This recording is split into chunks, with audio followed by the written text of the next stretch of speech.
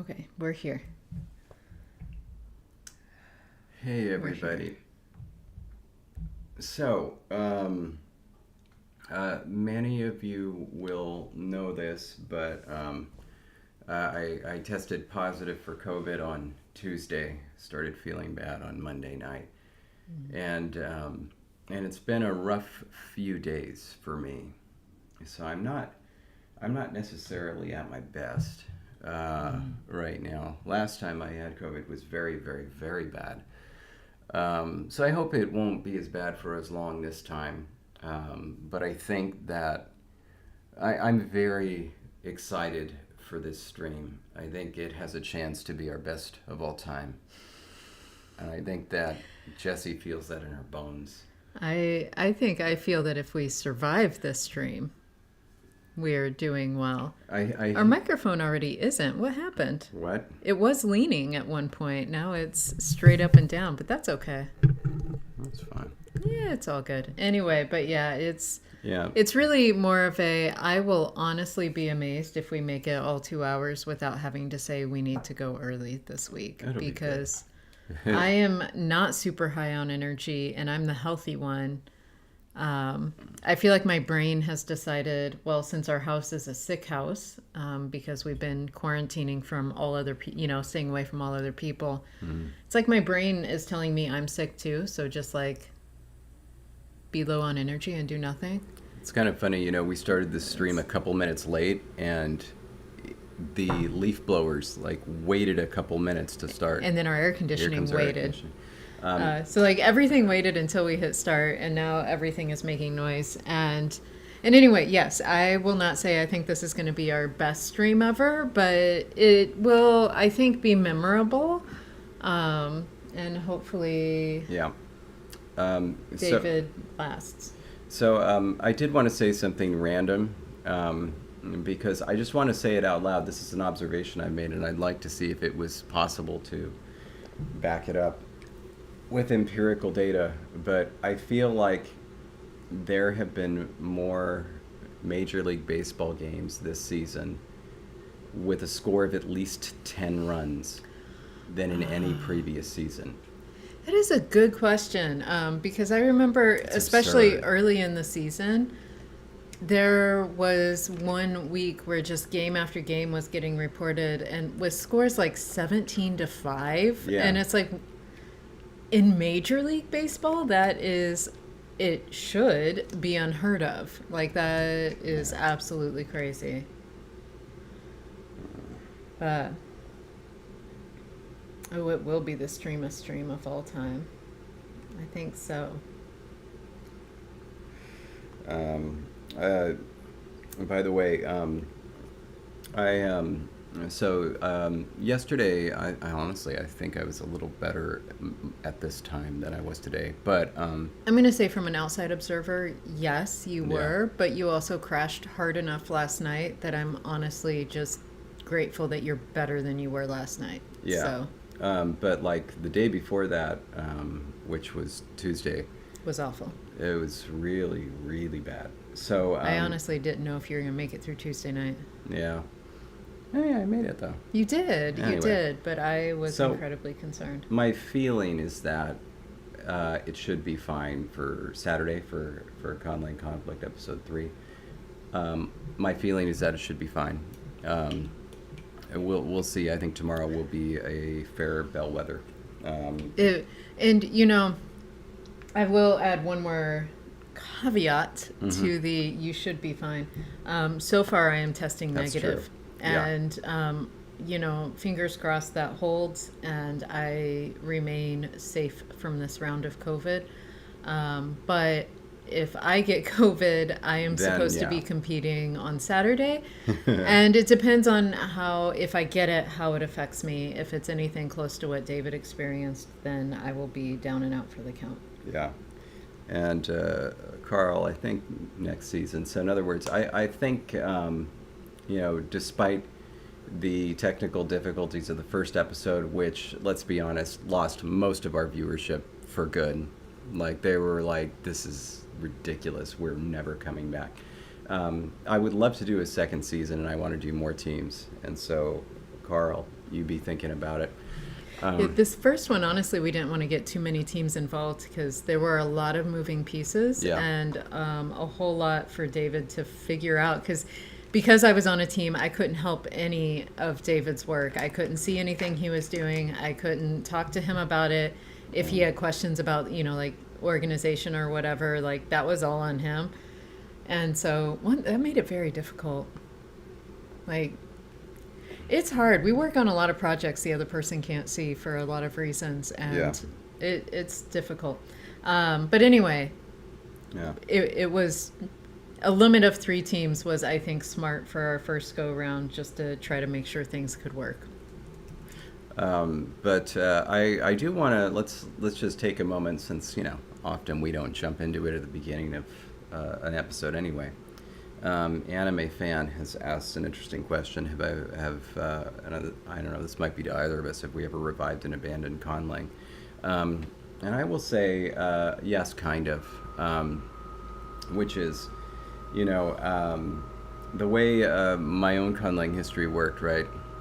You just got all the noise right now. I know, like, I don't even know what that was. I'm not even sure. It has to do with our water heater or something. Anyway. Oh my God. That's why most people put them outside, but anyway, so my first, language was Meg Davy, which, at that time it was like I didn't know there were other language creators, and I figured, I was creating a language, period. Why would I ever create another one? And so it's like then the next phase, right? Once I became integrated to the conlang community, I started creating new languages step by step, and kind of building them and improving them as I went. And so there was Giler, and then there was Kamikawi, and then there was Gwader. And I created several of these in Jama, and they were better, but still not good. And so these eventually got abandoned.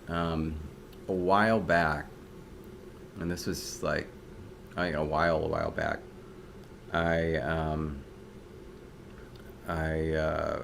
decided to take the seeds of these languages and try to improve them.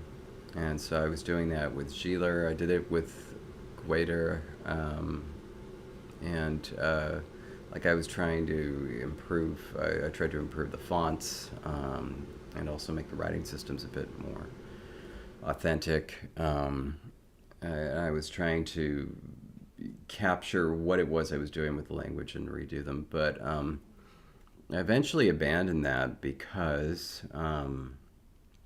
my initial idea was that I was going to revamp these languages and use them for this board game for Savala that I've been creating.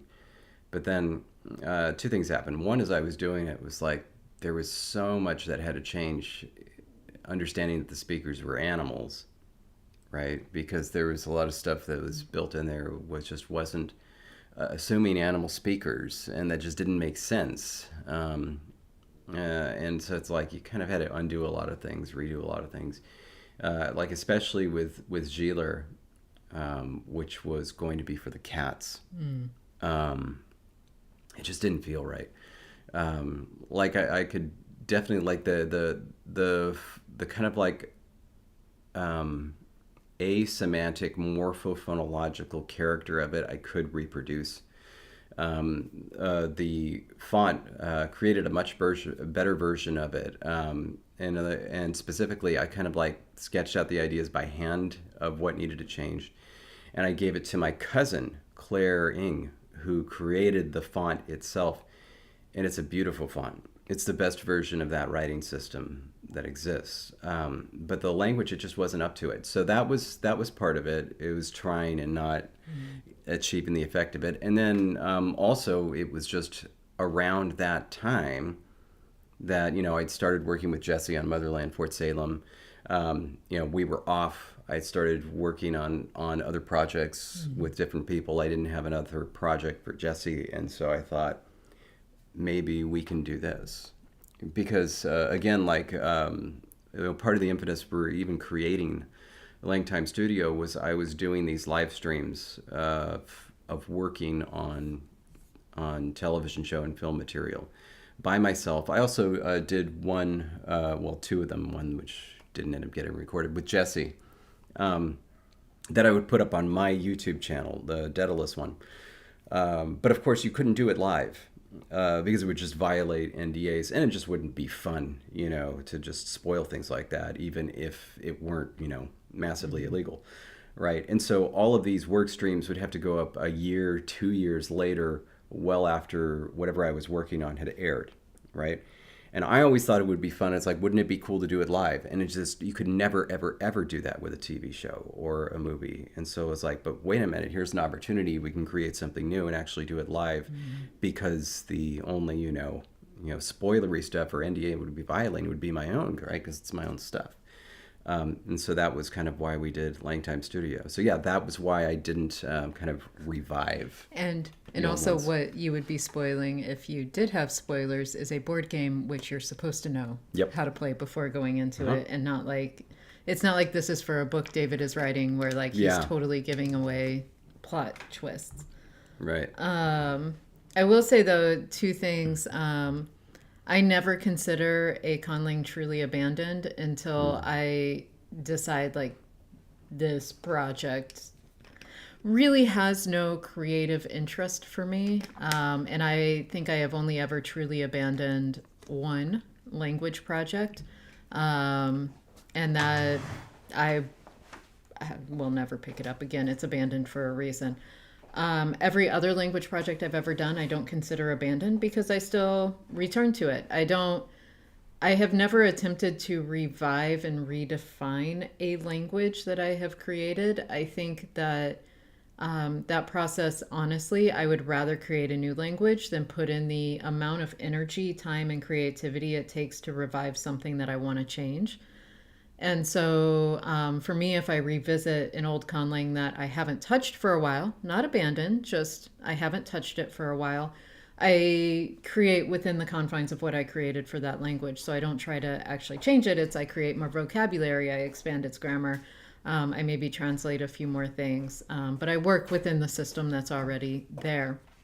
And so anyway, yeah, I return to languages though that I haven't touched for 5, 10 years all the time. No, well, not all the time. That's an overstatement. I do that though. Like if I'm putting together a presentation and I'm like, oh, I wish I could say this sentence in this language. A lot of times that requires me to actually create the vocabulary I need and, expand the language. So it's returning to the language and doing stuff within it, but I don't fully change it. And David just reminded me of one project that I guess has to be considered abandoned because I lost everything from it. And that's my very first project, which was a code for English, not actually a conlang. But I decided a year ago or so to kind of revive that project, but in a completely new way. So I did redefine. It's effectively a way that I can nod to my inner child and remember how I felt when I first tried to create a new language, but actually make it a language system. And so I still follow some of the tenets that I used, but I have changed enough that it is a new system, but it does give a nod to that. So yeah, I guess that is right. So anyway, that was my very long-winded answer that took me through the time that David needed to leave the table and come back. And CJ asked, what would you say has been the biggest help towards you developing an understanding of which sound changes make sense for a certain stage of a certain language? And honestly, that has been just through creating more and more languages. The more I study natural languages, the more I'm convinced that anything goes. Because let's face it, languages are wild. And a lot of things happen where I'm like, that's insane that this jump happened. And so that honestly doesn't help me with sound changes as much as just getting a feel for saying words over and over again, pronouncing them, feeling them, recording myself saying them, and seeing that, oh, when I said that, I actually heard this. and that acoustic misperception is what could drive a sound change. And so it's honestly more just doing it more and more and more and talking to people who like sound changes, because if you know our show, you know that I am the one who is like, sounds, I don't know. And so, talking more, working more with David, but also talking with more of our LangTime community for people who really dig that part of conlanging, kind of opens my eyes too. So that's what does it for me, I think. There's also something that can happen if you look at related languages. I'm talking about NatLangs here, because if you start to study one language, and also its history of sound changes, and you really get to know it, it really starts to make a certain kind of beautiful sense, and so like everything just seems to fit just right. And so it's like with Finnish, which we've been studying, Jesse and I, for over a year now. There are lots of things that just seem to fit and really seem to make sense. And then if you look at Estonian, like Estonian is basically Finnish, but it does some things where it looks bananas. It looks bonkers. It looks like something that a conlanger would do, where it's just like, you can't just do that. You can't just indiscriminately lop off the last vowel of like every word, and like all of these words just end with double consonants. That's just weird. And yet this is essentially what Estonian does. Mm-hmm. And then it's like another, like, one of the key features of Finnish that everybody knows is that it has this vowel harmony system. It's a distinct vowel harmony system from something like Turkish, because Turkish has kind of like this pristine vowel harmony system. Finnish has these neutral vowels, and so these two different sets, and it's a big feature of the language, very important. And so you go to Estonian, it's like, yeah, we don't do that. It's like, what? They're like, nah. It's just like bananas, the kind of stuff that happens there. And it's because, essentially it's like if you immerse yourself in just this one branch, it's like, all right, everything here just makes sense just so. And so it's hard to imagine deviations, especially really radical ones. It's a type of thing where it's like, all right, you look at Spanish versus Portuguese versus Italian, okay. You throw in French, and it's like, K goes to sh before ah? How does that make sense? It just looks absolutely out of left field. Anyway, so sometimes it could be instructive to do something like that, especially for a language that you know very well. Look at something that's related, that's just quite different. It'll help to, I think, illustrate two things. One is that indeed, as Jesse pointed out, it's like almost anything goes. The sound changes can seem very, very random, but also what counts as logic changes. So just because something makes logical sense in one language doesn't, and something looks completely bonkers in another language, it doesn't mean that there isn't a logic there. It just might be very, very different, and it might take some study to figure out what that logic is, what it is that speakers there are seeing as coherence, I do think there is a certain beauty to being able to order sound changes in a way that works really well for a system, because if you end up ordering them in a weird way, it turns out results that you may not be happy with.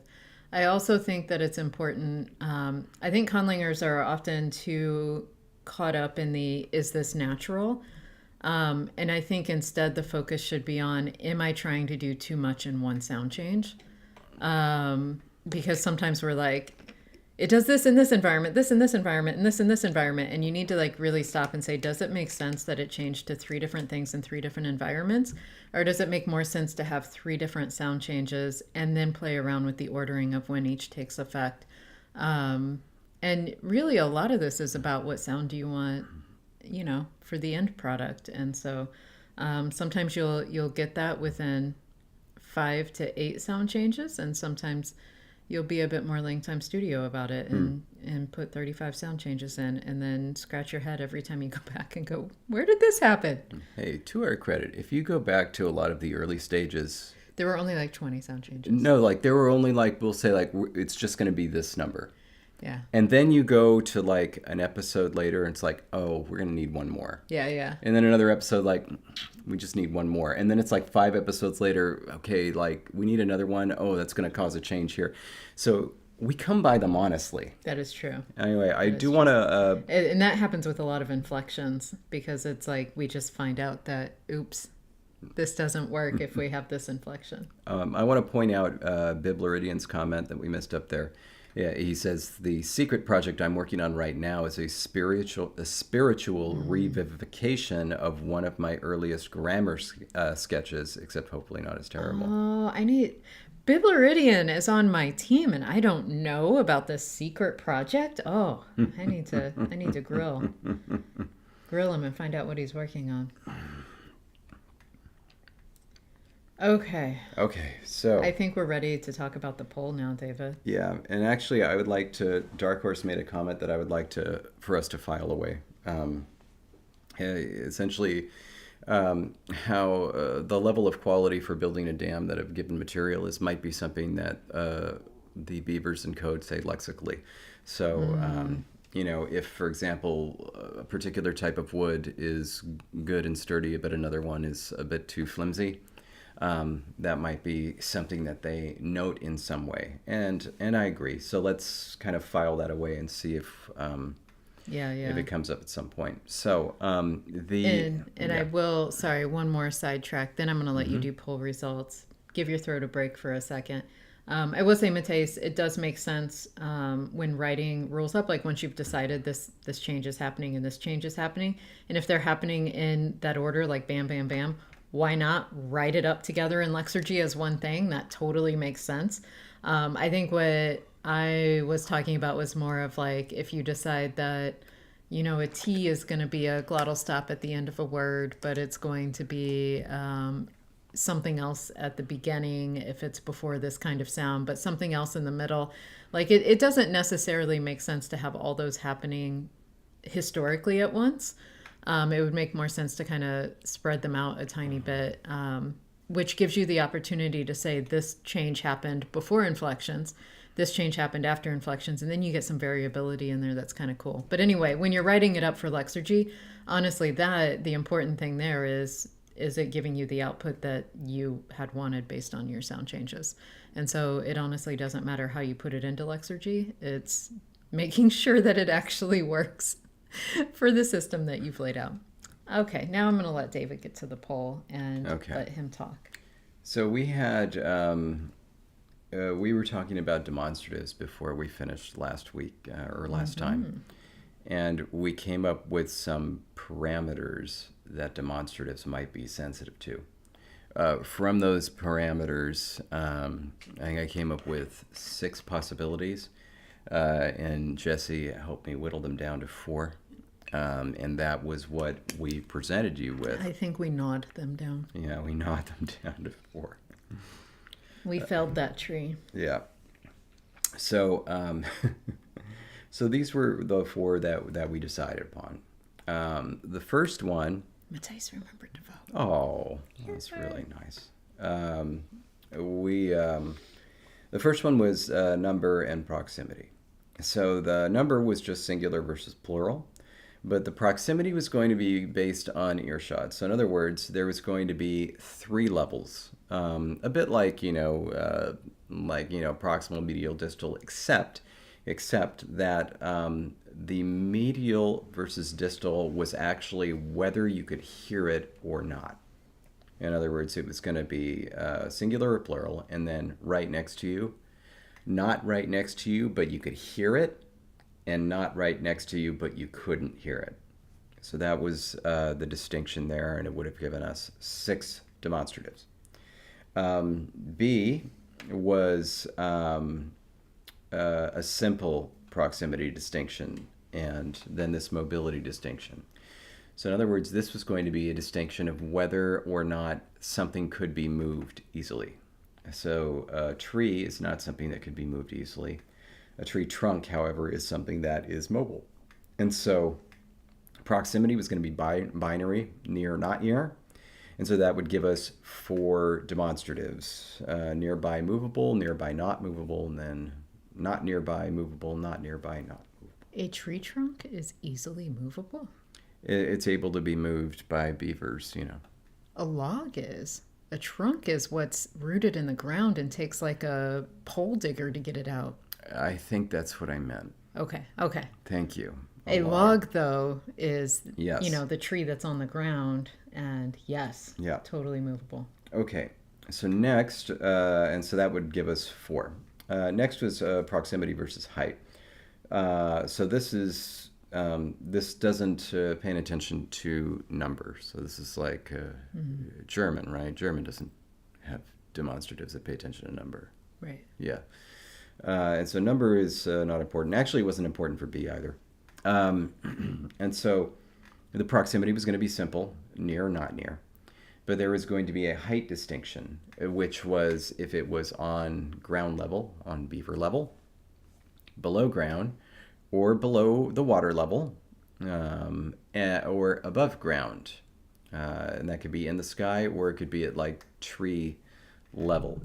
So if a squirrel was on the ground and nearby, it would be this squirrel. But if a squirrel was just above your head in a branch, it would be this squirrel, but above ground. Same thing with underground or below water. So talking about root vegetables or fish in the water, both of those things would use the one that was underneath. So this would, with a binary proximity distinction, that would give us 6. And then finally, D, same thing with the height distinction, but swap out the proximity for number. And so instead of near or far, it would be singular or plural with that same height distinction.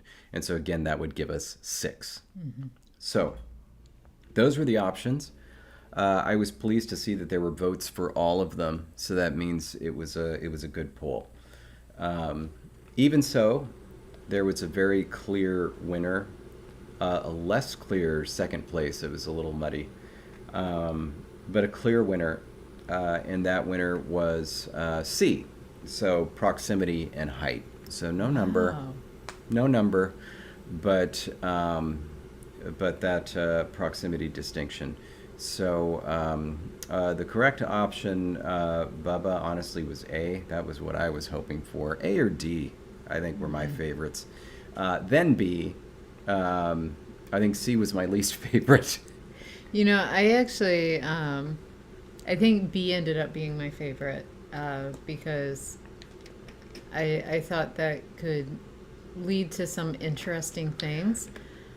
Regardless, though, I thought that really all 4 options that we had were very beaverish. Yeah. And I was really happy with that because there are sometimes systems that you come up with where you're like, this is really possible because of the speakers. And the systems we came up with here, several of them were like, you would only get some of these because of the very particular speakers that we have. Not that height couldn't be a distinction for Natlangs, because it is, but the way we're going to be using it wouldn't make as much sense for a human language. And so, I'm excited about that. By the way, just for curiosity, even though second place was back and forth, D was last. D was last. Okay. Which I thought was interesting since C was first. I also find that interesting because it was going to be the one way that we incorporate number into the language.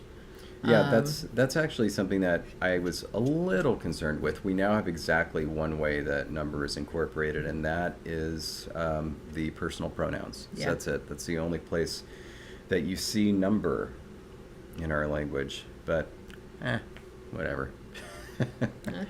It's fine. Yeah. All right. What that means, what that tells me, is that maybe someday in the future, these guys are going to get co-opted and become demonstratives of some kind. Maybe the other ones are going to get lost. Yeah. Yeah. Anyway. Or if it's entirely necessary that you indicate that there is more than one, the plural pronouns could serve as sort of a dislocated, discontinuous segment where it's like the tree, them did this, and it's like you use the plural pronoun just to be like, yeah, I mean more than one of them. Um, Yeah. and so it could end up actually sort of being used that way to become a number marker of sorts, but it's not actual number. It's really Yeah. a pragmatic repetition. Yeah. So then I'm going to set a modest goal for us, which is to try to reify those demonstratives today, and then just figure out what the next poll is going to be. And that's it. I did want to share something with you since we've progressed a little bit with our beavers. I had an idea for the beaver flag, but I tried it out and I wasn't necessarily sold on it. I wanted to get some more feedback to see if you thought this is good, or this is the right direction but needs improvement, or just try something different. I was inspired by this discussion we had of what was the word for this? Triskelion. Didn't have skelly in it somewhere, or what was the thing? Triskelion, maybe? Triskelion. The three thingy on the Sicilian flag. They're here. Sicilian language. Yes. Triskelion or Triskelades. Yeah, Triskelion. Yeah. Anyway. Yeah, like the Isle of Man. And so I was trying to create something like that. Which one is it? It's the one with more. Is it this one? That one looks like it has more. This is it. Is that it down there? Yeah, here we go. So this is what it looks like so far, and it's supposed to be a little beaver arm holding a hammer, and you know what, I think you need to move it over. Yeah, Yeah, you do need to move it over. Sorry, there we go. Anyway, I don't know, and I was thinking of if this was the background, I might, I could possibly layer some sort of circle over the top, or also like a kind of a triangle that is bowed. I don't know how you call this thing. Anyway, something along these lines. Yeah. Anyway, well, Sicil Language just likes it, and they're the ones that know the Triskelion. That gives me a lot of happiness. Thank you. I also love that Patrick is picturing it, rotating it, and hearing it going cling, cling, cling Yeah. as it rotates. By the way, I'll say, Dark Horse, I like your idea with the planks of wood. However, when you're doing something like flag or icon design, especially something that's going to be seen from far away, it's got to be distinct. Hard to imagine a plank of wood being distinct. Or, I mean, it just looked like a rectangle. Yeah, a rectangle. Although I gotta say, some flags, like state flags, there's so much detail on them. Yeah. And from a distance, it's like, no one sees any of that. Yeah. It's like Meridian trying to draw the Missouri flag. And I'm like, good luck. Good luck. Yeah, there are a lot of bad state flags. And but then there are every so often, there's some... Oh, Jake. Bless you. We missed Jake on Wednesday. the Tababuba yesterday, but it was a really nice, really special episode. Miles was presenting on their language, and Minnie was there. Yeah, that was very exciting. Yeah. I was there. I am a really horrible live stream commenter because by the time I think of something to say, the moment has passed, and then my brain is Jesse lost. But I watched. Miles and Minnie, Jesse was watching. Anyway, and so if you want to check it out, it is it's there. Of course, I understand that Mateus wasn't watching, as yesterday was football. Yeah, it was England and Netherlands, and it was happening right at that time. I think one of my one of my, I guess I would call it a favorite takeaway from Miles's language that they were presenting. Um, I thought it was really brilliant the way you did the counting system, Miles, where it was like based on planting, and you would like plant three in a row, and then a full row was three, and so you end up like using the word for row as the number for three, and then six was two rows, but then nine was like plot or area. I forget the exact word. I think it was Yeah. plot. But just the way you incorporated this idea into the counting, I do understand why anyone who gets something you translated in a base 9 system would really not be a fan of it. But in terms of the thought behind it, it's really quite beautiful. No. I also Square plot is 81. There we go. There we go. I know I knew about it. I guess I either forgot about it or hadn't used it, but the use of the word for family as a Yeah. lexical source for plural. That was really cool too. It's good to hold on to things like this because when it comes to not having a distinction and then making that distinction, it has to be one of these unique words that fits both characteristics. And so the case for the word family, it is understandably, it is a singular noun, right? You can talk about a family. It is a singular countable noun. And you can imagine in a language that makes no number distinction, there's, yeah, right, family, chair, table, all the same thing. But it describes something that is inherently plural. And so it's like if you're going to make that jump from no number distinction to suddenly a number distinction, that's a great source, something to hang on to. It's the same type of thing with verb morphology. If you start thinking about verbs, something like break, where it's for a lot of things that do break, perceptually there is a moment where it is not broken and a moment where it's broken, and there's very little time in between. And so with no kind of perfective distinction, you could see how a verb like that might lend itself to be, it's like, it's an action, but like this, Anyway, and so Jesse had the brilliant idea. We have a note just within our kind of like Apple ecosystem where we write down ideas for grammaticalizations, even if we don't have a language that it makes sense for them at the moment. We just write down, use this word for this distinction. We also have lists of things that we've done in previous languages. It's kind of like our own personal world lexicon of grammaticalization, I guess. Anyway, sometimes you get these nice ideas and don't have anything to use them with. So anyway, it's nice to have a list of them to revisit every so now and then.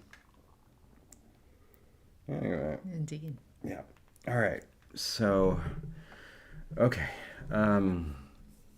Demonstratives. No, you can't. No, you can't, Matisse. No, but we can actually, we should copy that note out and paste it somewhere. We'll do that. Let's see. Okay, where? Probably near adjectives, right? Adjectives, comparison, demonstratives. Okay. All right, here we go. Oh, and there was the purple text. So let's ground level, and it was. So let's just keep this here for the moment. Okay, and oh. May have just had another podcast idea. Oh, cool. Because if we do a whole podcast on grammaticalization, things we've used, could be fun. So that is a good idea.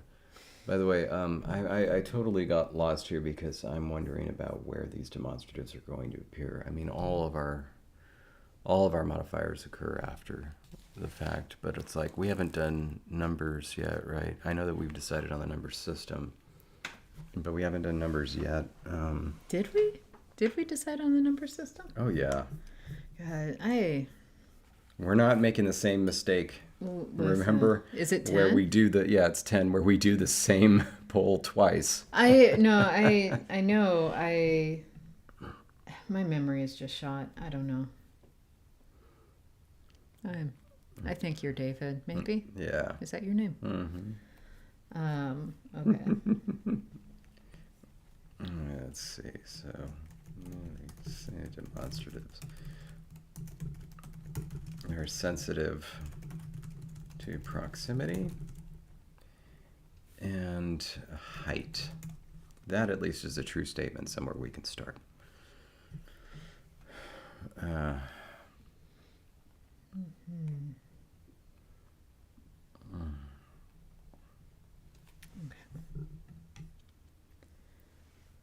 Okay. Well, Bubba, we've decided on the number of systems. We haven't necessarily, come up with the forms. But like we decided on the number basis, we know they're going to work. I was going to write down. I think there is one more. It might be more interesting for us to revisit dog numbers once we get to the Fox language. Because then we might see some of those differences, where some numbers come from one language and some from another.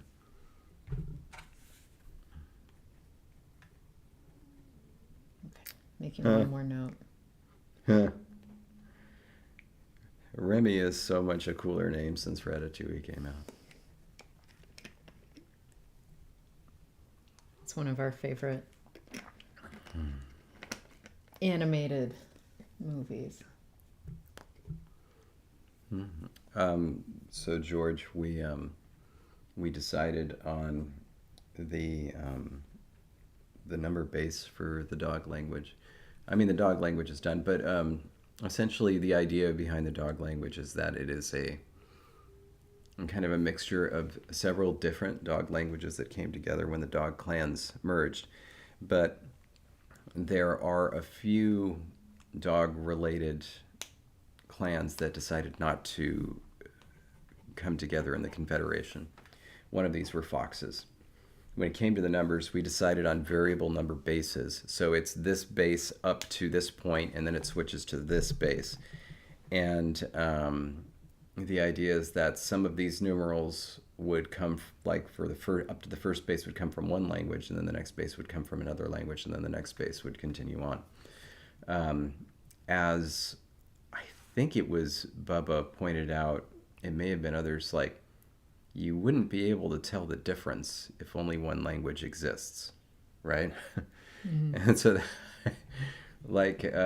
I was really excited about this, and then it's like once I started thinking about that, it's like, oh yeah, you're right. But once we get moving with the Fox language, it's like then there'll be at least two languages, mm-hmm. right? So we can start to do something like that, and it'll actually be identifiable. It'll be neat. It'll be interesting, and it's also the type of thing that makes me want to see if we can at some point in time get to the wolf and or coyote language. They have coyotes up in Canada? They should. Yeah. I mean, I feel like they should. Yeah. Also, just as a reminder, Tongues and Runes live stream every Friday at 1:30 p.m. unless George says it's not. Also, and yes, Conlang Conflict this Saturday will feature Team Conlang Ray versus Team LangTime Studio, and that will be George, William, and Logan versus Jesse, Bibler and Artifexian, and this will determine who ends up in the championship.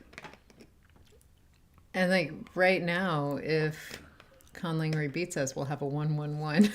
Yeah, then it's going to come down to the tiebreakers. And so those tiebreakers will be very important. And there are a series of tiebreakers. Like this is, it's exactly like soccer. And if it gets down to coin flip, obviously we're going to have Mateus do the coin flip. And one side of the coin will be, the English flag, and then the other side of the coin will be the Netherlands flag with a slash through it. Yeah.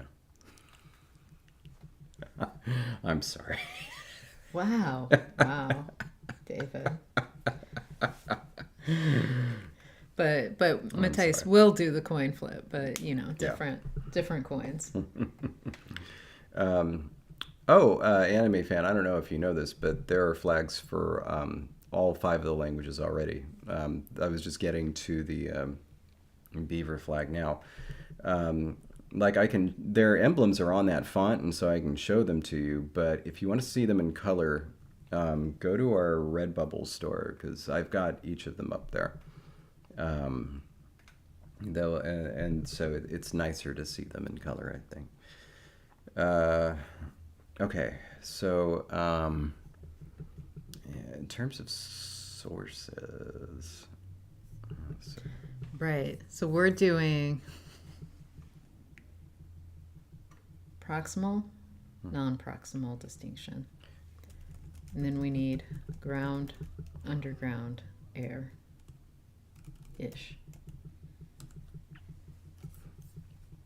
Okay. Jay asked what font program I used, and it's FontLab 8. Also, I learned, like just before the stream, apparently version 8.4 is out, so I got to update to that. Anyway, so when you went to write down stuff in your book there, was it about this language? It was about podcasts. Yeah. Because I wanted to remind myself of the podcast idea I just had. Because as I recently mentioned, you may have remembered this, I think I'm struggling with memory issues. Like, I do not remember that. I mean, now that we say base 10, I remember us being like, oh, it's going to be our first base 10 language. But I don't actually remember doing the poll. Listen, you can say that, but I will point out that we both ran an entire separate poll for a number system that we already did. And also most viewers didn't remember that we'd done it either, so. Dark Horse asks a good question. So why only mammals? Fish, birds, reptiles seem like untapped potential indeed.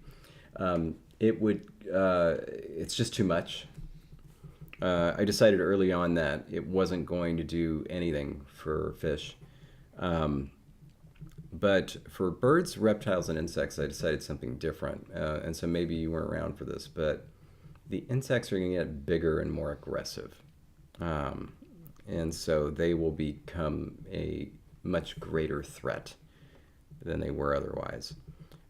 Reptiles are going to get smaller and essentially less efficient at, say, controlling the insect population. And birds, I mean, I am leaving open the possibility that that birds could indeed undergo the same kind of process, because I like the idea. I really think like I think they're called the Tengu in the DMD. I don't know. They're the bird people. I think they're really cool. And then there's also creeks. There's some pretty cool bird people in there. Ooh, hang on a sec. Kenku, that was it. Magpie is pointing out birds are reptiles and thus she gets smaller too. That's... Birds are reptiles? I think so. What? That was the whole dinosaur thing? Like, 9th grade science is failing me right now. I will say the science I did was not... I took biology through the level that I had to. The science I did, I loved chemistry, physics, that side of it, and I never revisited biology. So, like, right now I'm like, what? Anyway, I just, at some point, I'm going to make a turtle language just to have. And then Biblaridian is pointing out, I mean, you could also argue that mammals are reptiles. And I'll tell you this, Magpie, if it comes to you versus Biblaridian, I'm taking Biblaridian. Fair. Yeah.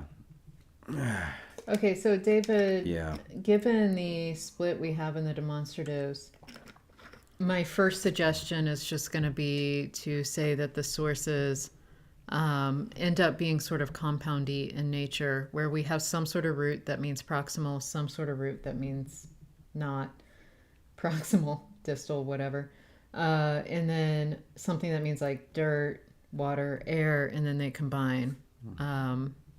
across the board. That's my first suggestion, where it's like we don't need distinct roots for each of the 6 concepts. It kind of makes sense that we could do that. Another idea, David, is moving forward with that same idea, but twisting it a little and saying that the proximal demonstratives of each actually just grammaticalize from the words dirt, water, air, or something like it. They grammaticalize from that, and then the non-proximal ones get something added to it.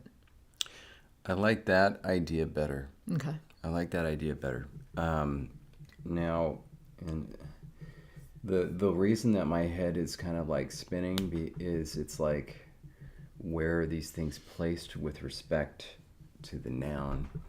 Do they behave like adjectives? Are they going to take a partitive? Are they going to be able to be zero derived into pronouns? Are they going to be able to be derived into adverbs? That's what's kind of tripping me up right now. Okay. Couple of things. One, I think if we decide to do them, you need to leave your leg down. I was just moving my foot.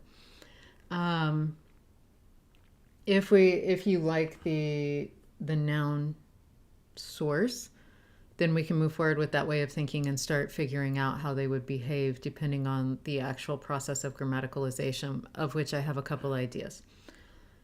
The other potential is if we wanted them to come from a different lexical source or from something that's just always been a demonstrative, in which case we would treat it differently. But if you like the noun basis that I gave you, then we can move forward with that path. Because if they came from nouns and they were nouns at one point, and then that just settles the question, then we just, yeah. Because I also think the path of grammaticalization coming from nouns, it could have gone through a pronoun-y stage. Yeah. Whereby it was actually a pronoun that sort of got used as an apposition. Of course, this is to the noun. Making so much sense. Thank you. And then in that case, it would still be a pronoun form. So Yeah. we would just have the demonstrative pronoun, but we would use it in apposition with the noun when it's being used as a demonstrative to support a noun. This just makes so much sense and is so clear when I think of that. Well, good. That means we can move forward with it. Yes. Yeah. So I'm going to say it's noun to pronoun. Has it been 2 hours? To apposition.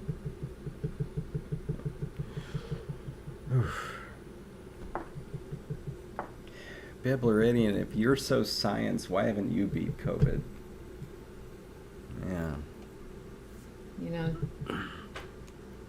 Thanks to Dolly Parton, we've got some vaccines. Well, thanks to Dolly Parton and a lot of other people who raised money for it. But that's true. It's always so nice knowing that people like Dolly Parton exist and have got to exist for a long time and have exerted a real positive influence on the world.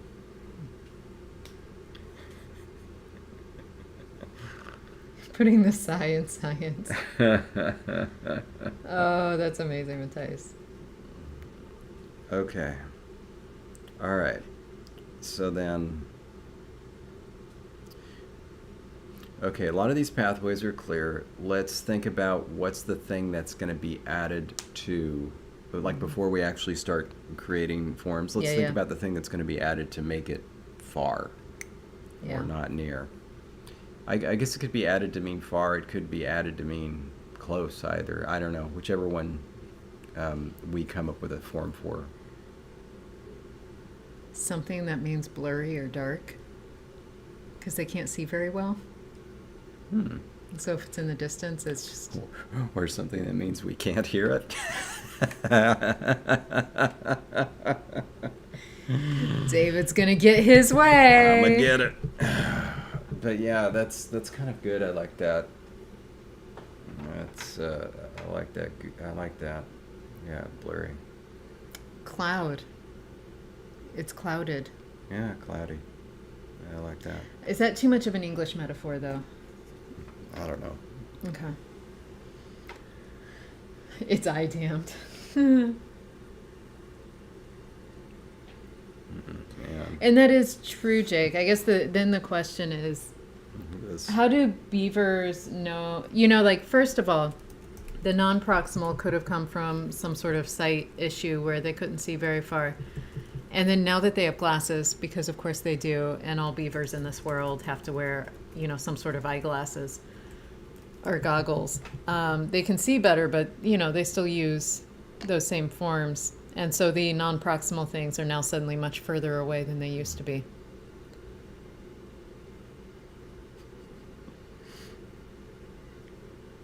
Oh.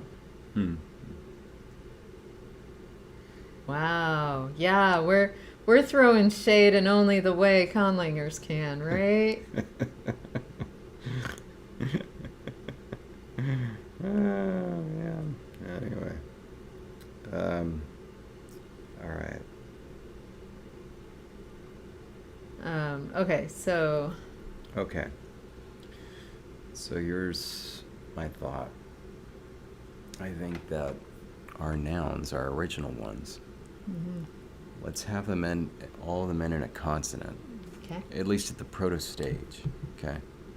So one of these could end with a chla, another one can end with a voiceless nasal. And then let's have our word for cloud be VC. And again, just at the proto stage. Okay. Literally writing down everything we're saying because I feel that I need to help David out today. Yeah. Okay. Anyway, other than that, then we just need to come up with these forms, make sure we like them, and decide if some or any of them are going to be retained in the modern language, if they're going to need strengthening, like via reduplication or via some other word in order to become a modern lexeme or whatnot.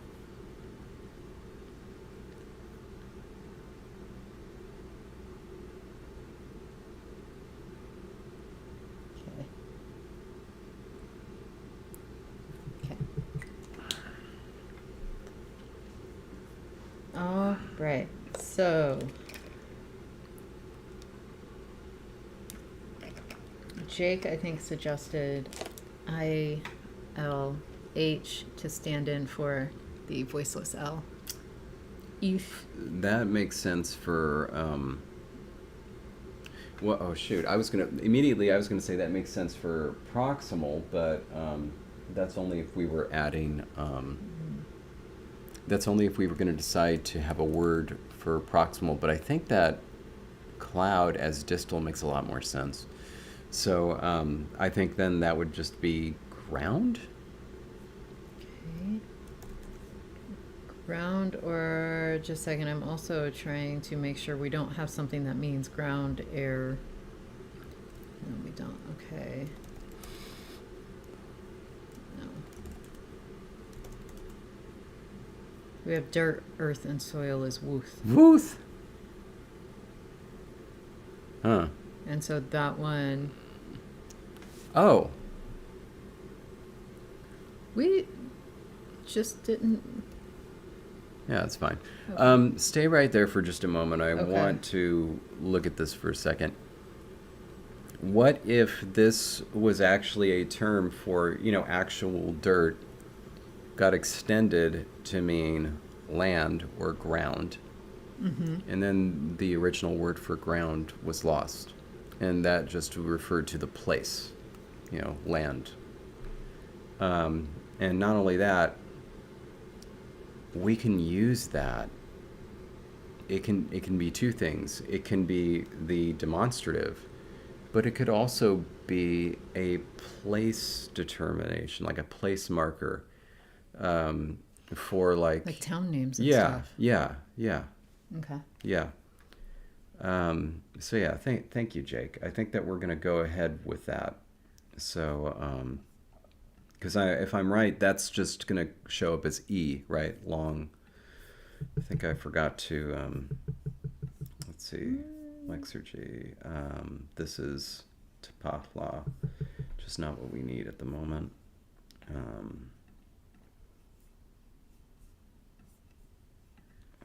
Here we go.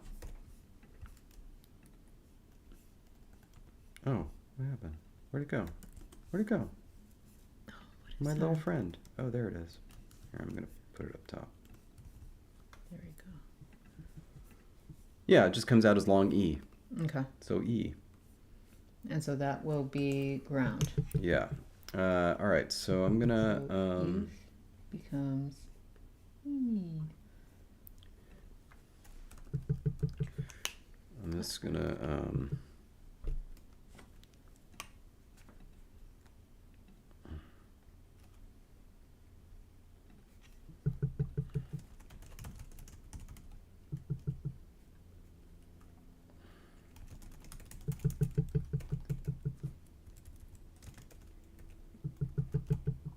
That's not it.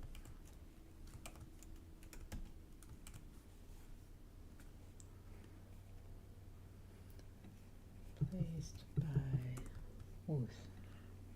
Okay. All right, I've got all that noted so that way when we get ready to do it, I'm ready for it.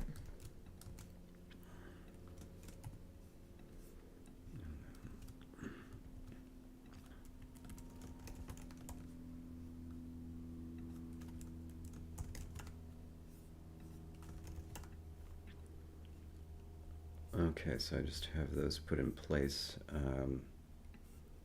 But I want to actually kind of write this up.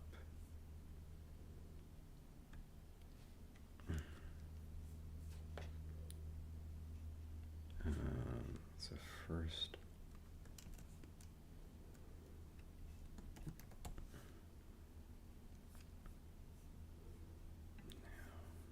Oh, we don't have a noun that begins with I.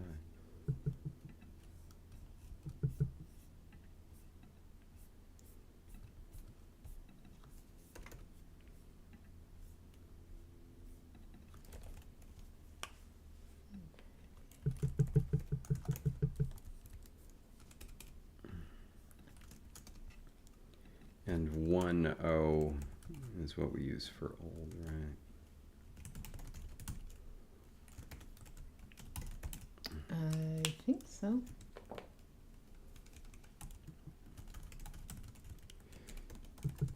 And it's modern is wooth, right? Yeah.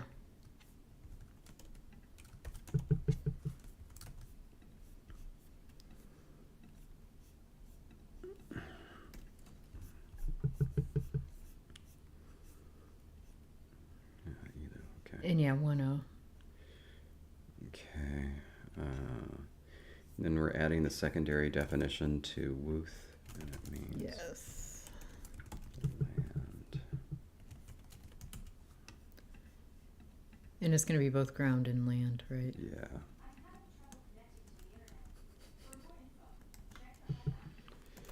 Siri is just really, really trying to break into LTS, become like the third member.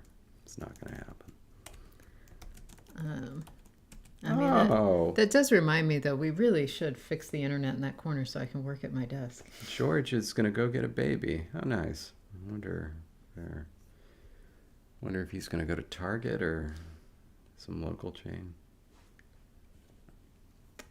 Babies are us. That's right.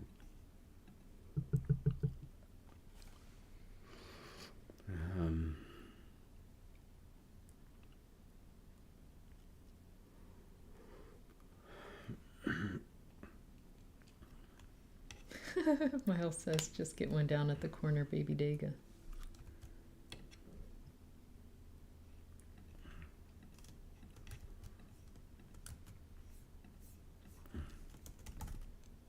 Okay. Oh.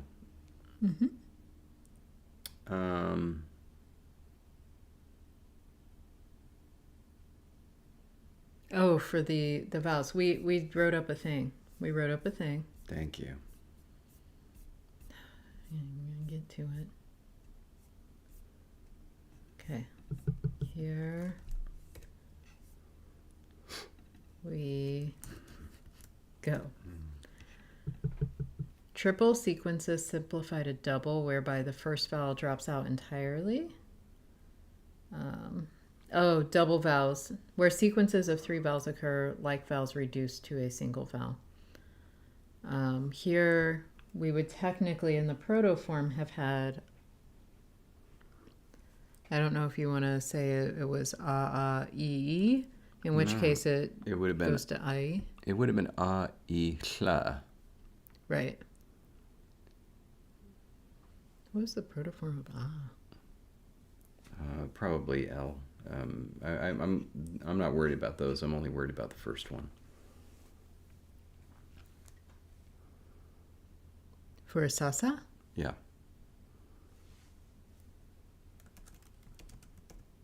No, I know what the protoform is. It's A. Okay. So what's the issue then? What do we do about this?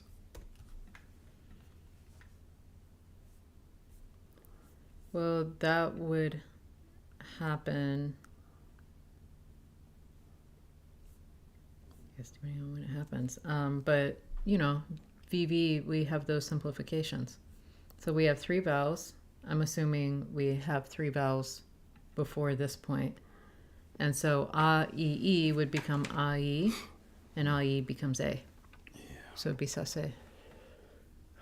I don't know if I'm happy with that for this. Do we have an epenthetic consonant anywhere? Like, do we just type epenthetic? I know, but I put the cursor where I want it. All right. We have a stop insertion, but that does not help. And that's it. That's it.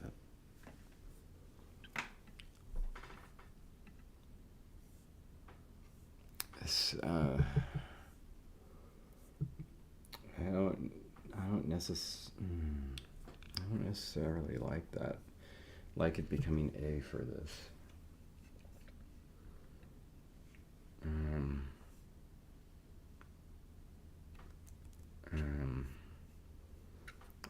We may Well, have then why not change our word for ground and have it be consonant initial? No, I really like it. I really like it. Okay. No, we're gonna figure this out. We might have to make a new epenthetic consonant. That's an M.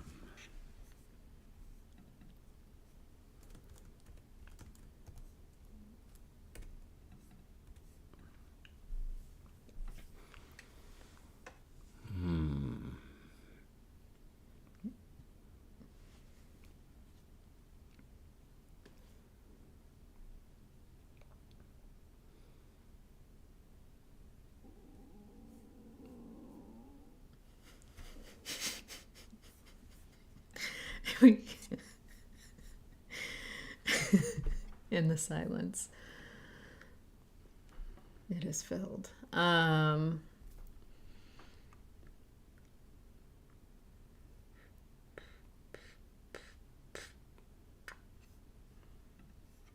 mean, I don't know when you would envision this happening. Like, either this derivation would need to be a later addition in the language to the point where the VV simplifications have already happened. And so effectively, AI suddenly becomes, a side-by-side thing where it's not, and we could orthographically render it differently. Yeah. Because if it does get added after the VV simplifications, it would have no reason to go back into old sound changes because you have IE side by side. And you can have, of course, vowel hiatus that way. And so we could get sasai. So before you go on, like, the reason that I was thinking this is because, it's supposed to be like, place, and so it's like it's this place. And so I look at it as the same type of thing as how the N doesn't assimilate in things like unpopular. It's like it has more wordiness to it than your average suffix. And so, yeah, I feel like one potential option is indeed this produces hiatus where we didn't have it before. And so you end up with sasai. That is a possibility. I like that better than doing a late consonant addition because no matter what, we're either going to have the rule to produce the consonant earlier than the vowel sequences, reducing, in which case that ruins a whole lot of the language. Or we say this is a later suffix addition, in which case, why would they put another consonant there? Sasai. Totally sayable. We could say this was a later, part of the language. We could mark it as a derivation that is later. And in writing, we could here mark it with a hyphen or something just to show that it's like, it's there, but it's kind of more of a late clitic than it is a, you know, than it is an earlier one like we get with the passive and the agentive. A couple of things. Sulian suggested with the addition of the ya, but we don't have that in this language. So Right. that's why that wasn't like an obvious solution. We just don't have it at all. The only question is, so our example here is sasa. What if it were cc? You okay with cce?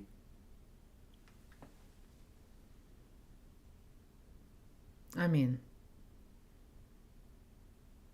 CCE. I am. Okay.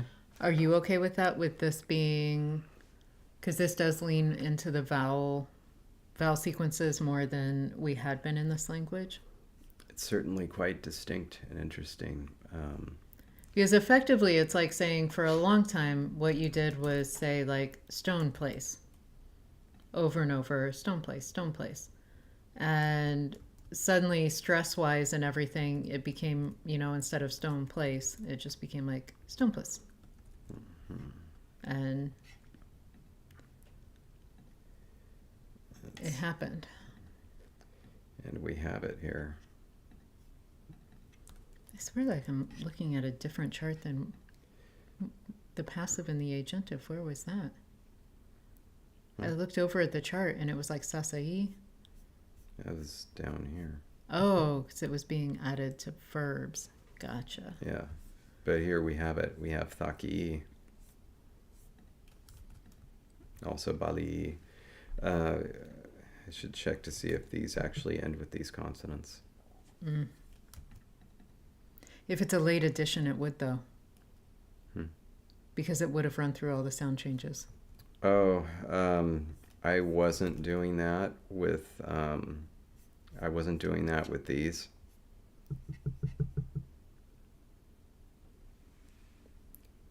See. Okay. Well, in that case, we need to reassess because. Well, I just figured if it was there, they would make use of it because they will know about it for all of these because of either the partitive or the verb conjugations. So they'll always know about those disappearing, reappearing consonants.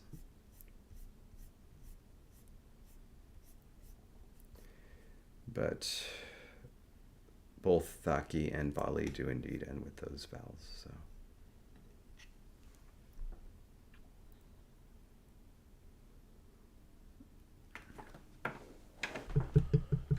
Might separate it with apostrophe or a hyphen or something. I don't know. Anyway. So we may want to use hyphen just because the apostrophe does get used in other romanizations in the Sovala world with different meanings.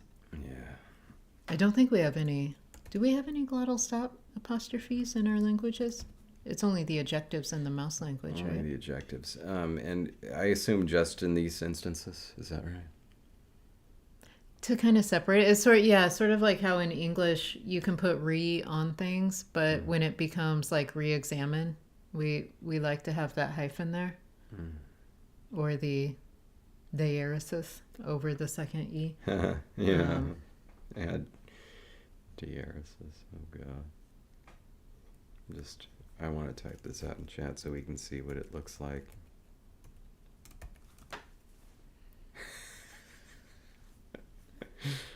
God, I can't even see where they go. It's just like three eyes with four dots randomly placed. It's like, we can't fit this. Let's see how fancy we can get this. David's bringing the fans. There we go. See, that's perfectly legible. There, that one is. But yeah, look in chat. It looks like there's just like three lines and four dots. That one you can see where the two dots goes a little bit. Yeah. It kind of looks like a U with an umlaut and then an extra dot and then an I. It looks like Cricket Wicket set up. Oh my god. Oh, that is amazing, Sissa Languages. It's like you just get three dots for these two bars. Woo!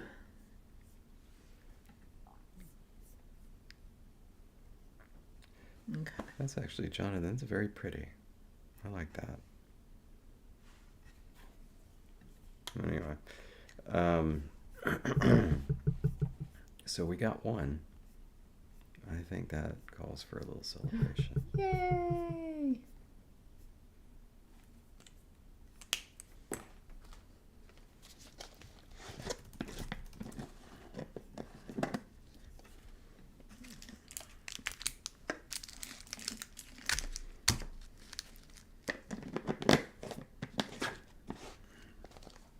Here we go. Cheers. Listen, no matter what, you've made it over an hour in the stream. We've done some good work. Yeah, and if anyone has watched the most recent episode of Conlang Conflict, you'll know that all the Elvish languages apparently inspired many early Conlangers. Yep. Kopiko. The only thing that's left.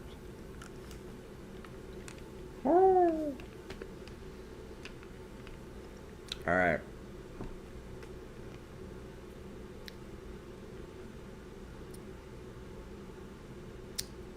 What was hey Jonathan, let's talk about this. It's these caramel cold brewed M&Ms. They're better than nothing, is I think the best way to describe them. There were, there's a big national vote. Coffee nut M&Ms. They won. Jesse and I loved them. They took them away. And it was just devastating. I loved coffee nut M&Ms. You can really taste the coffee. These, you blink and you miss it. These are too much caramel. Yeah, it's you don't get the blinking and missing it as the coffee part. Yeah. And also there's enough caramel that it's like overly sweet, and so I have to mix those with salted peanuts to like bring some saltiness to it. Otherwise, so like it requires me to have at least 5 peanuts with one M&M to balance it out.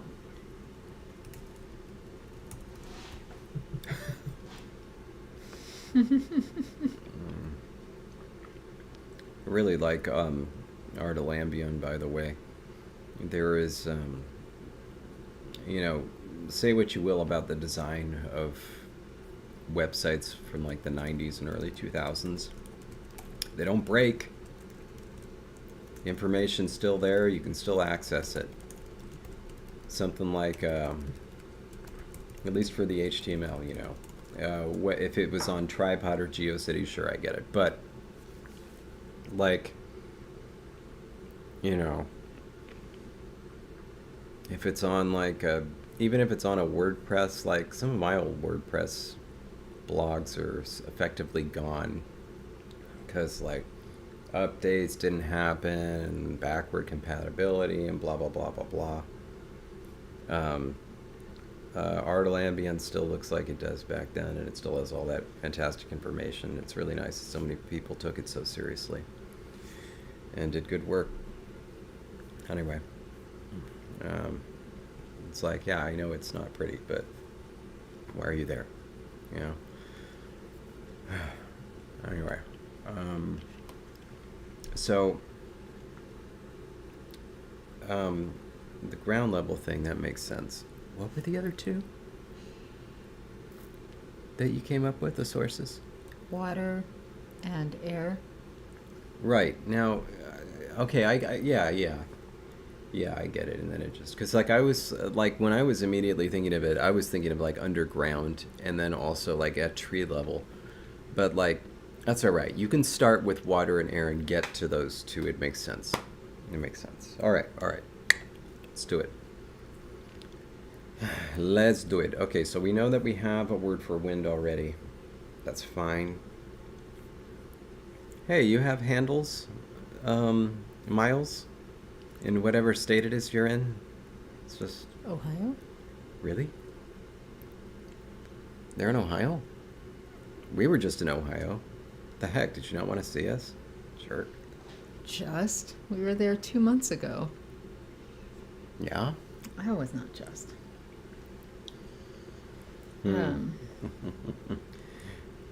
He sure does, Mateus, but no jump shot and zero defense. That's why Miles is not in the NBA. Apparently Handles is from Miles's hometown. I feel like it was a whole thing, Jonathan. What's the one that's from here?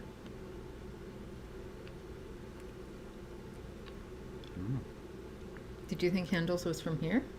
There's another one I'm mixing it up with. Brewster's? No, that one I know isn't from here. There was another one. It starts with an M, I think. Ooh. Lumbra is calling me. Oh my god. Whoa, you're from Youngstown? Miles?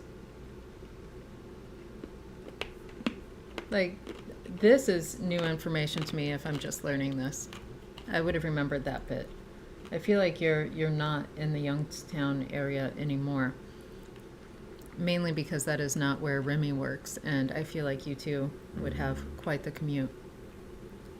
Hans. That's what I was thinking of. Hans homemade ice cream. Yeah, You've been there, right?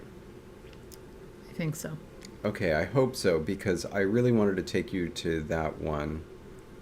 And, yeah, there's one on PCH. So I've been to Youngstown quite a few times, Miles. And I gotta say, best thing about Youngstown is Pete the Penguin. Oh.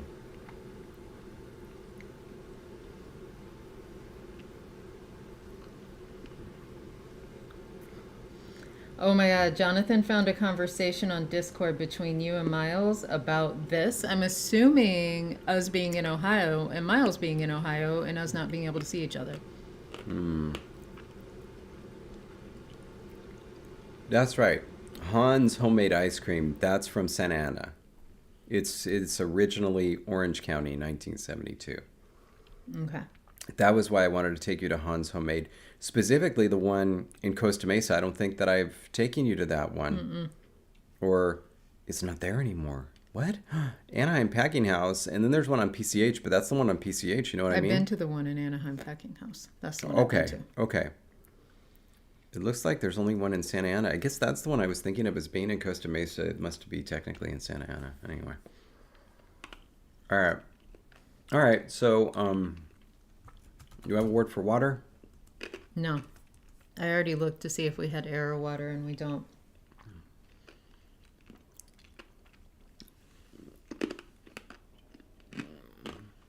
We had ideas for using water, as you can see. We have an idea that I think that maybe we can expand based on the idea that water is now going to be a part of this thing. We had water equals still water and loud water equals running water. What if we just changed it?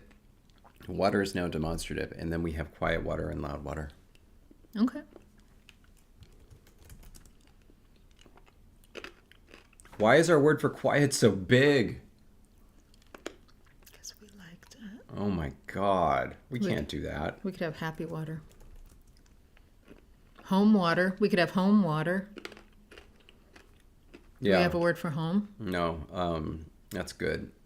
Vok is nice and short. So for loud, that's good. And no, like it's Patrick, that's way too big. And again, we don't have a ya.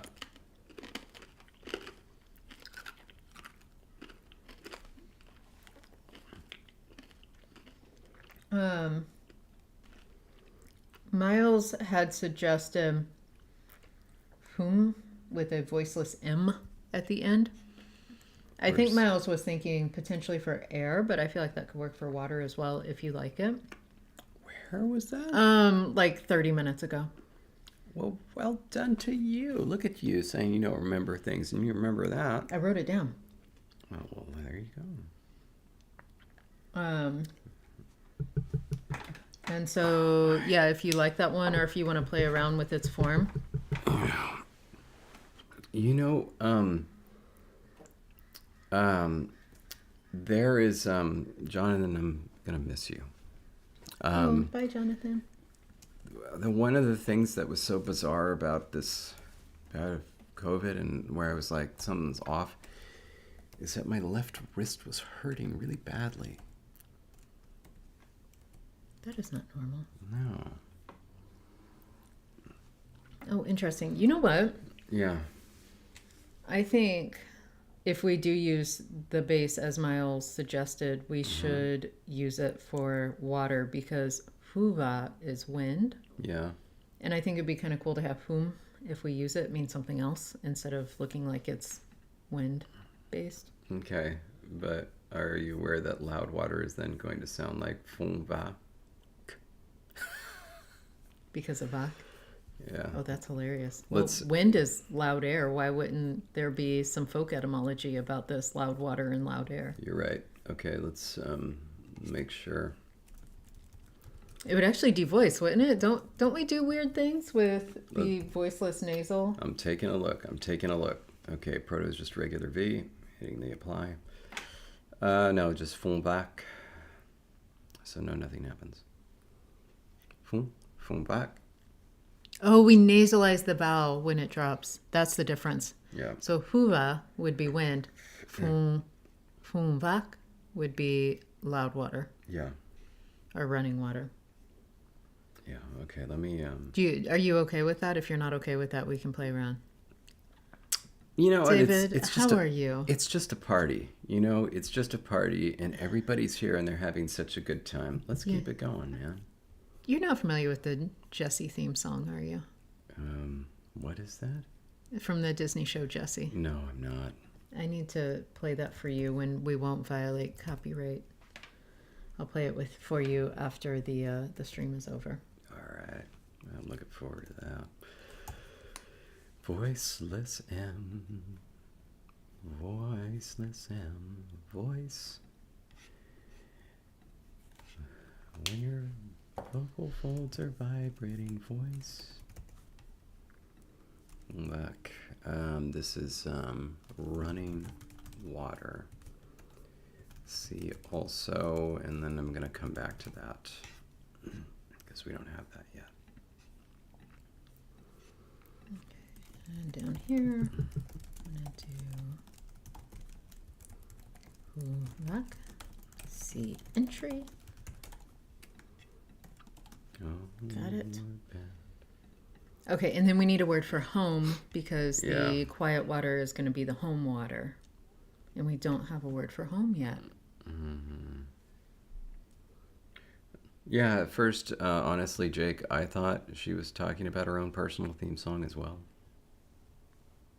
And so I didn't quite understand. I think that it should begin with a vowel. Let me see what I'm feeling up here. Oh, and then I'm going to decide what I'm feeling. We're both going to say it at the same time. And if we both say the exact same thing, then we get married. But David, we're already married. Isn't that nice? So what happens if we say different things? David? Then we arm wrestle, and then whoever wins. Hey, the best chance I have of even keeping up with you at arm wrestling is when you have COVID. Yeah. You'll still win, but I may actually give you a tiny bit of a fight. Mm-hmm. If you don't have COVID, there won't be a fight unless you're just being nice and like holding your arm in place just to like be nice. Okay. Renew those vows. Oh my God. If we say the same thing at the same time, we're going to make your parents throw us a wedding. Yeah, that'll be so awesome. They can actually have a wedding. We'll tell them that we didn't actually technically get married. We didn't think that we actually had to sign papers or anything. Let's just say there may have been a wee bit of unrest in David's mom's heart that we eloped. That's right. It's like a bad word. That's how she said it at our little reception party. As some of you may know, David and Jesse eloped. That's how it was kind of like cover your kids' ears. This is happening here. I have my candidate. Okay. I am just pulling the first thing that came to mind. So you ready? Yes. So we're going to go 3, 2, 1, then say it. Okay. Okay. Okay. Here we go. You ready? No. I love you. All right. Love you too. There won't be a second wedding we have to worry about. I can guarantee you. Okay. Here we go. 3, 2, 1. Eam.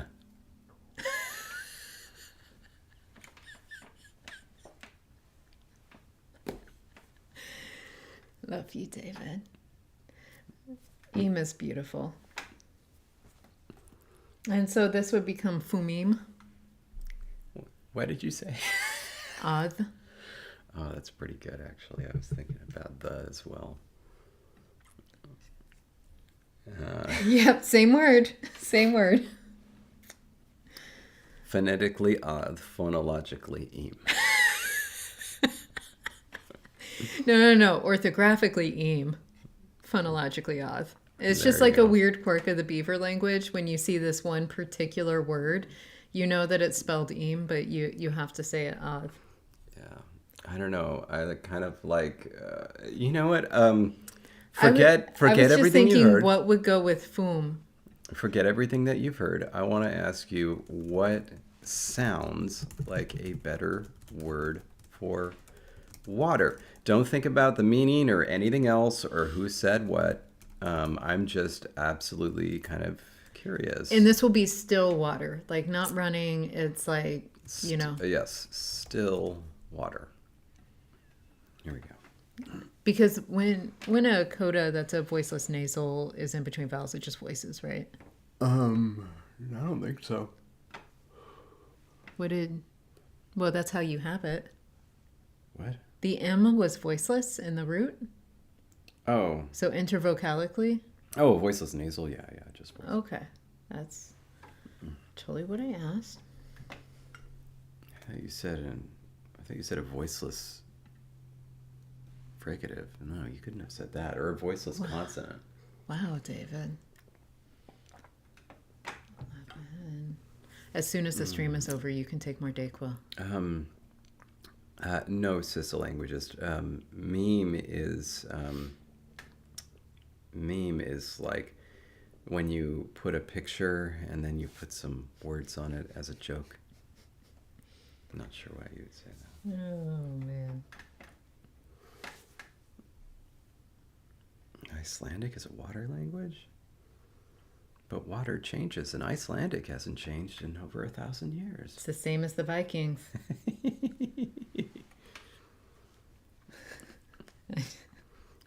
Jake, I'm so curious to know then how you voted. Like, did you accidentally vote for the one I said, and then you're like, well, crap, I can't support Jesse?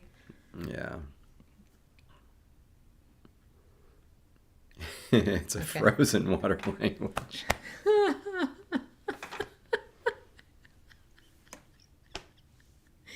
Thank you, Patrick. We needed that. That's why it's called Icelandic and not Waterlandic. All right, all right. So now, Oh my Jesse, God. obviously, guess what? We already have it's smooth water. It's smooth water. Well, that works perfectly. And we can make im home, Yeah, and we have a word for home. there we And go. then really it's just smooth water is quiet water, and it's fumad. Wow. That's fantastic. I obviously did not check. I just said because I was staring at the IPA charts when David told me that we had to say it at the same time. So I was just ready. There you go. I'm just gonna put notional in there. Oh my.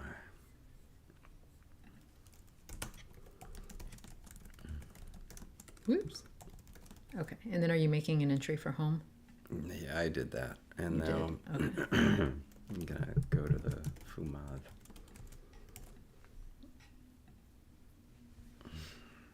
Okay. Nice, Jake. I do remember Between the Lions.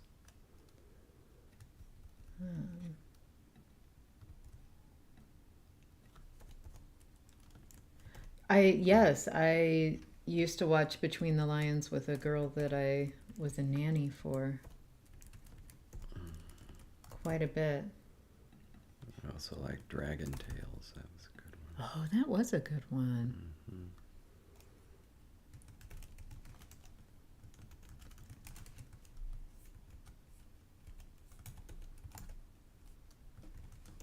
Okay, there we go. And I vaguely remember Cliffhanger from Between the Lions. Just remember I did enjoy the Between the Lions. I thought it was one of the better done kid shows that didn't, you know, drive adults bonkers. The Backyardigans. I was a big Backyardigans fan. That one I never seen. They did a lot with music, and every episode was like themed around a different style of music.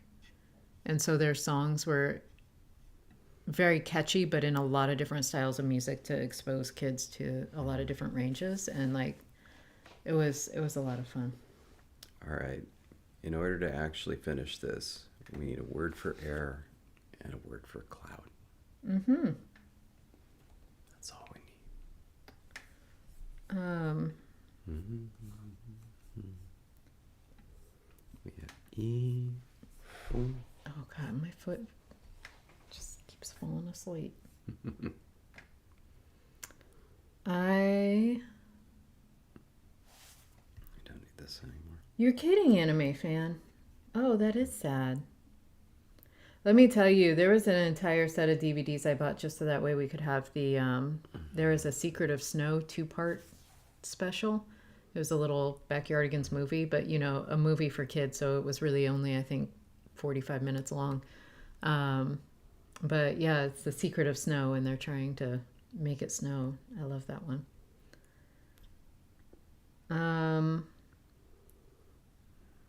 V. Wait, can we have a diphthong followed by a coda? No. Okay. Vous. How is that sitting? Vous. I would remind you that we already have one that's fung. So maybe we should aim for something a little bit more distinct. Moose. Tease.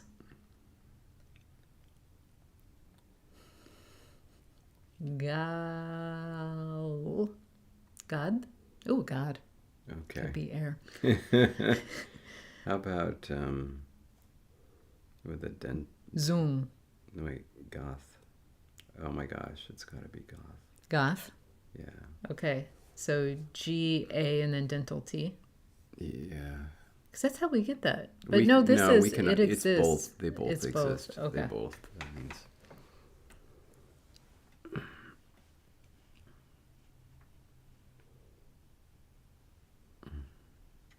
Oh my goth. Mm-hmm. Look at that bird. It is so air. I'm gonna use that theta in the protoform just so I don't have to go over to the thing. I feel you, David. I feel you.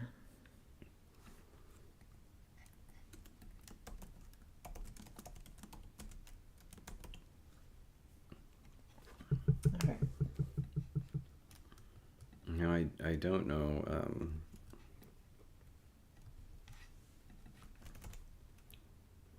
What it's gonna be.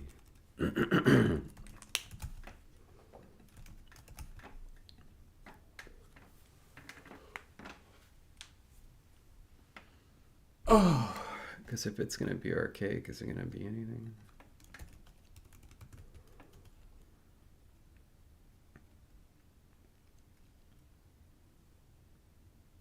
Let me think about that. How about we work on a cloud form, and then you were about to buy it, weren't you? I know me. I know your faces. Cloud VC. Un. Let's here. Okay. Oh, Well, we don't have it yet. There we go. I remembered to check first. Just threw something out.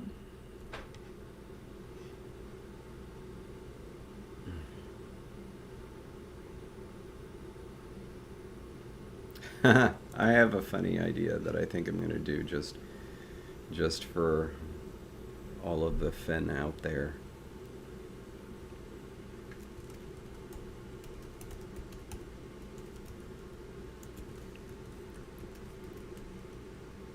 Oh, you're gonna double it?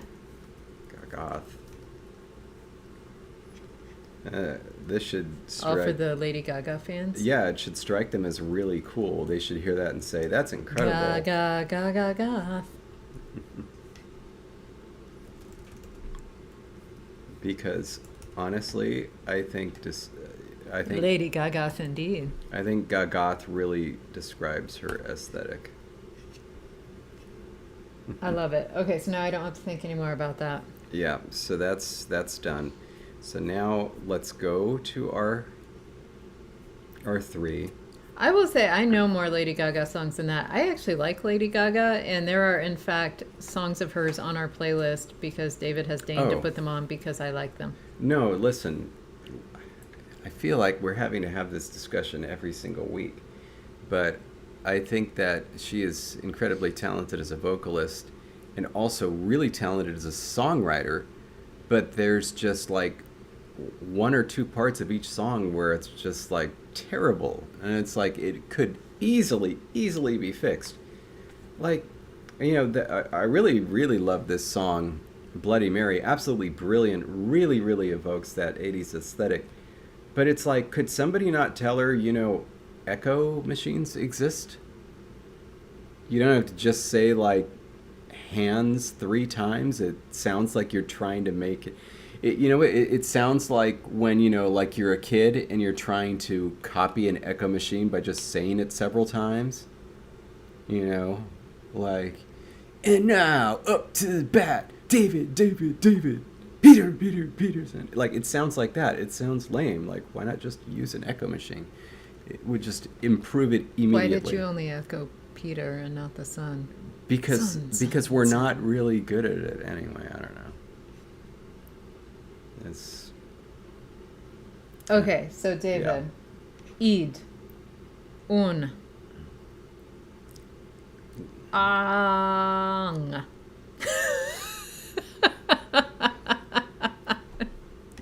so cloud. Does anything else give us a long vowel aside from the dropping kla? Is there anything else that drops to give us a long vowel?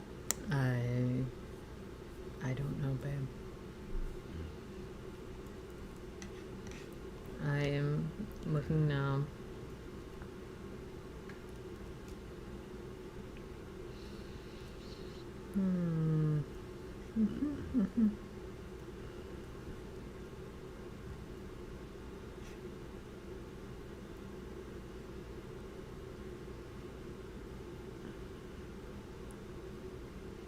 coda H is lost, resulting in the lengthening of a previous vowel.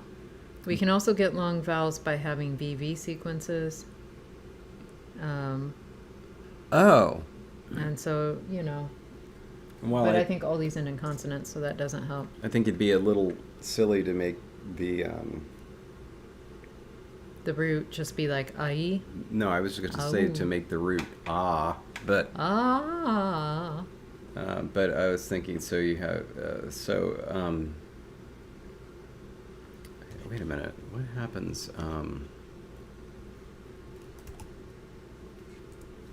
Is there any difference between these two? No, there's not. Okay, it's the same. Okay, never mind. Money, mafon, magaf. And then it'd be ilon, il something, fum something, goth something. I will say, having the voiceless LH thing, meaning cloud, would match the description that we have for rule number 10. Just silence and dust clouds.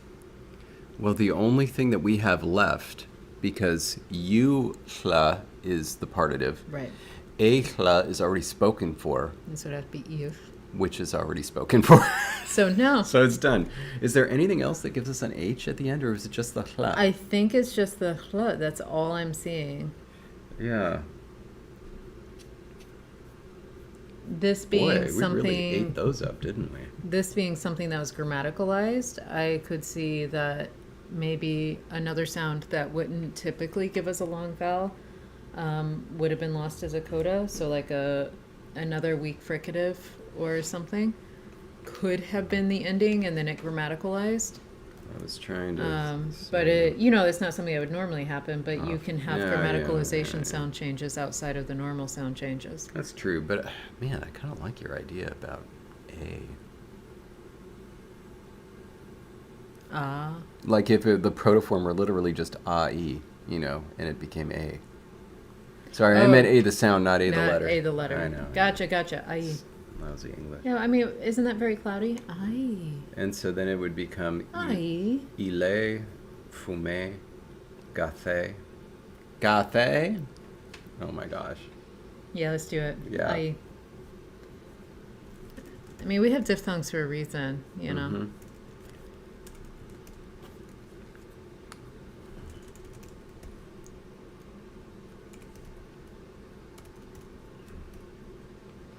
So this becomes ile, this becomes fume, and café. I wonder what happens to that sequence. Funny. We're going to need something to beef up cloud, though.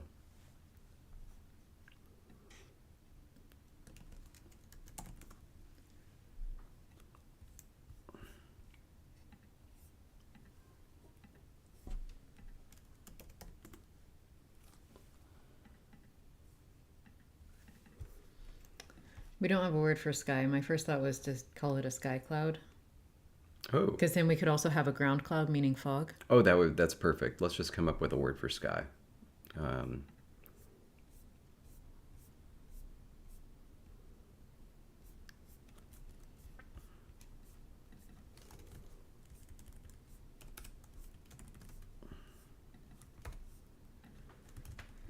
And sky cloud, sky would come second, right? So it would be ai something. Or a something. Yes, it would come second. Okay. Yeah. Jake says beef. I think we already have that, don't we? Because their favorite clouds are beefy. Yeah, but we have beef.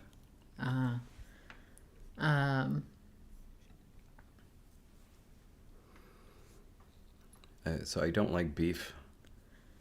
All right. How about dun, edun? Or even like dun or dun? and it could come out as Edun. edun, edun. Like all of these suggestions are just terrible. I'm sorry. I'm talking about those in chat. I know it's Yeah, okay. it just makes me laugh because your level of tact goes down quite a bit when you're sick, and it's already lower than what I would use in my daily life. And so I apologize to all of you on my husband's behalf for something I have heard before. Ooh. Hang on. Wait, hang on. What would that come out as? Is that, I kind of like that idea. Which one? It would come out as the unrounded. Okay. So what was the one that you suggested that it was a dune, right? Yeah. I'm gonna. And then we could also potentially have a make a little- voiceless making it edun if you like that better. Modern cloud. I'm gonna make a little poll. Well, I guess that's good, Jake. So David won't run any of you off. This is all in the romanization. Okay. Fair. Yeah. That's right, because he's all mine, Jake. And yeah, actually, I am gonna leave. So this is eke, edun, emin, and edun. My God, I can't believe we're actually lasting. Mm-hmm. And by we, I mean you. Mm-hmm. I feel like I may have to just put you in bed and cover you up though right after this. Yeah. I'm gonna have to get in there, and then I'm gonna have to dance with my hands Up on in my the air, head.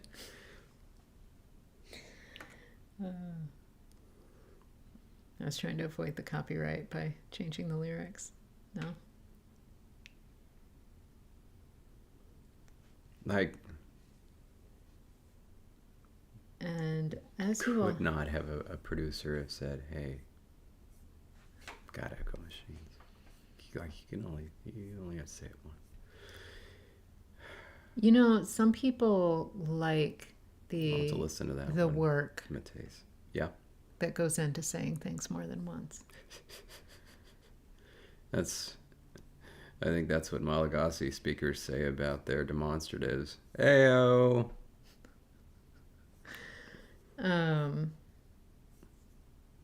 Oh yeah, Mateus. That is a good song too. Yeah, I don't think I know that one, so I'll have to give it a listen. Dance. Oh my God, I think you're right. I don't think Jessie was thinking about that when she suggested it. Oh, but isn't that beautiful? Yeah, we'll do that then. Cut off the polling. Oh, it was well ahead anyway. Yeah. It was ahead. Okay, so this is going to be cloud. Yeah. And then we also have a word for sky. And then we're also going to go ahead and create that word for fog, since we do have that.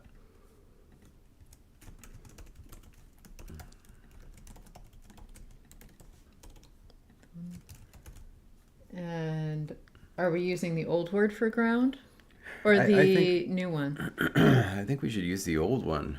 Okay. And give us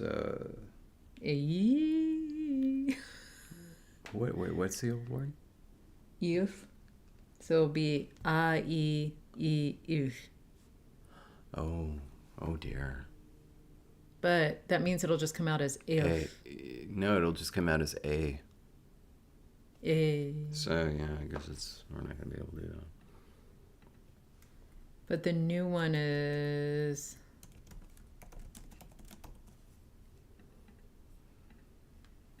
wooth. Yeah. So that one would be a wooth. Yeah. All right, I'm putting in a wooth. Okay.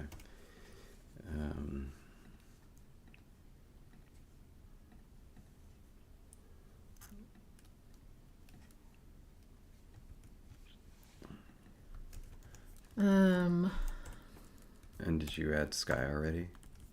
on the English side, I did. Okay, good. Everybody?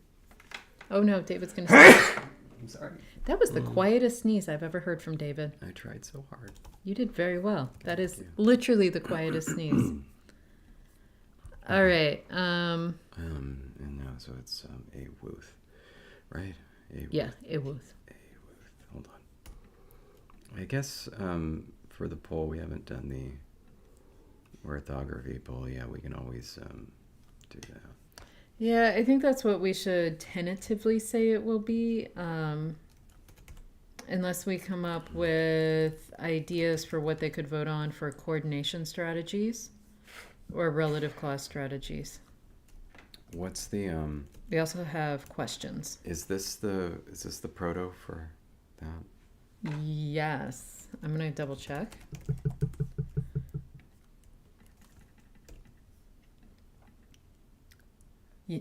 Dental T. Dental T. All right, I'll do that. Come, little tooth, where are you? Is this him? There Should he be. is. There's little tooth. And so we do have some other things coming up that we need to discuss, but if we don't come up with good We do. poll, just as I said, coordination, relative clauses, questions. Yeah. Come on, David. Okay. Don't act like you have COVID. Hang on.